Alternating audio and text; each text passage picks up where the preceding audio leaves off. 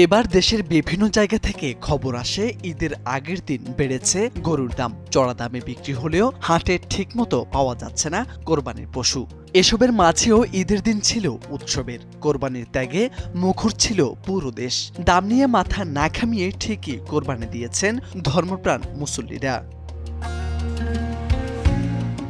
কিন্তু কোরবানির আনন্দের আড়ালে থেকে গেছে এক অজানা বাস্তবতা। এবছর ৯১ লাখ পশু কোরবানি হলেও অবিক্রিত থেকে গেছে প্রায় ৩৩ লাখ পশু। ঈদুল আজহায় এবছর দেশে ৯১ লাখের বেশি পশু কোরবানি হয়েছে, যা গত বছরের চেয়ে ১৩ লাখ কম। গত বছর ঈদুল আজহায় সারা দেশে মোট ১,৮,৮,৯১৮টি গবাদি পশু কোরবানি হয়েছিল। এবার কোরবানির পশু অবিক্রিত ছিল ৩৩,১০,০০০-এর বেশি। তবে কোরবানির মধ্যে গরু ও ছাগলের সংখ্যা ছিল সবচেয়ে বেশি। সরকারি সংস্থা প্রাণী সম্পদ অধিদপ্তর থেকে এই তথ্য জানানো হয়েছে।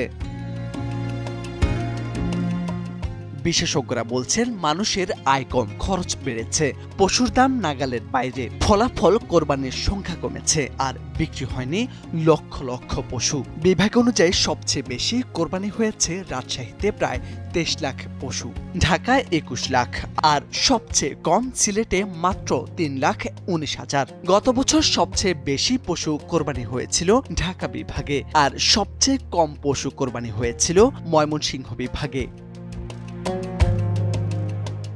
প্রাণী সম্পদ অধিদপ্তরের হিসাব মতে এবার দেশে গরু ও মহিষ ৪৭,০৫,১০৬টি, ছাগল বা ভেড়া ৪৪,৩০,৬৬৮টি এবং অন্যান্য প্রাণী ৯৬০টি কোরবানি হয়েছে। এবার কোরবানির পশু অবিক্রিত থাকার কারণ কোরবানির পশুর উৎপাদন বেশি ছিল। তাছাড়া অবিক্রিত এই পশু সামনে বিভিন্ন আচার অনুষ্ঠানে প্রয়োজন হবে।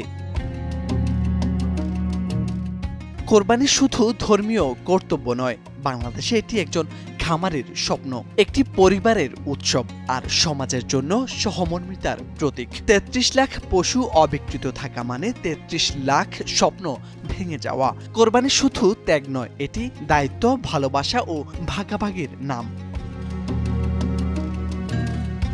মোর্শেদা আলম, সময়ের আলো।